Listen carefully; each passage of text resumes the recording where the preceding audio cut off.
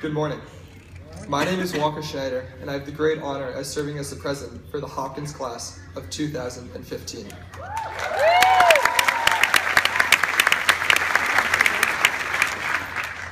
I thought this speech would just tumble out of my head and onto the page, that it would be easy to write, almost as if I didn't have to think, and instead just wrote. This was not that. This was hard. Not because I don't have anything to say. Trust me, I have plenty. But because I don't have one singular message. What could it be? That our accomplishments are prodigious and we will register as the best class to come through Hopkins history? Let's not state the obvious. Maybe I should give some life advice instead. But to be honest, I don't feel qualified for that at all. You're my peers. What could I have to say to help guide you when you are the ones who have truly guided me? Instead, I think I want to talk about a lesson I've learned at Hopkins. It's been slowly coming into focus over the past 4 years, but it is one that I only truly see clearly now as we stand on the verge of graduation. It comes as no surprise that Hopkins has taught us many things, ranging from how to determine the momentum of a rolling sphere to the tactics of the Battle of Agincourt. More importantly, however, it taught me the true depth of the word extraordinary, a word I used to confuse with superior. Confused, that is, before I came to Hopkins. See, it's the unique humility provided by a Hopkins education that we have truly learned to appreciate the extraordinary in others, and therefore more richly know it in ourselves. And nothing at Hopkins embodies this lesson more perfectly than us, the Hopkins class of 2015. We appreciate that extraordinary in each other. As an example, such passion was on display as recently as the senior project fair, where classmates of ours shuffled between a trebuchet demonstration, free homemade pizza, a documentary, and at night, a play, treating each completely unique project with a zeal that is not born from rote societal practice, but rather from genuine appreciation. But this is not a single microcosm. Our relish for each other has been evidenced by awestruck audiences in Lovell and the hordes of screaming fans at the Hampton Hall games. We, as a community, have defied modern society's pressure to categorize and rank one another. Instead, we simply appreciate the extraordinary in each other and resist that temptation to define something or someone as superior. And I like that.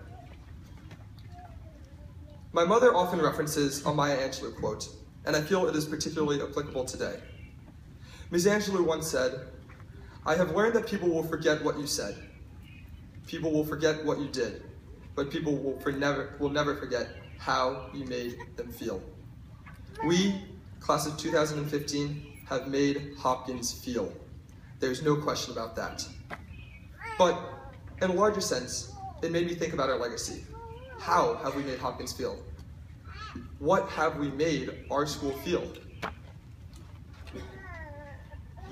We have made Hopkins feel joy.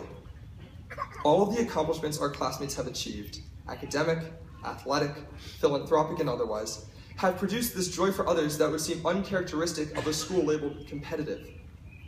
Phrases like, "Oh, she deserved that," and "I'm so happy for him," float from the crowd of teachers, peers, and parents during every celebration. Often, in fact, it is not the recipient that is most excited at an accomplishment, but rather their closest friends. This selfless joy is truly extraordinary in such youth. I know I haven't been on this earth too long, but I know that this happiness for others that has been repeatedly demonstrated by our class is special. We have also made Hopkins feel safe.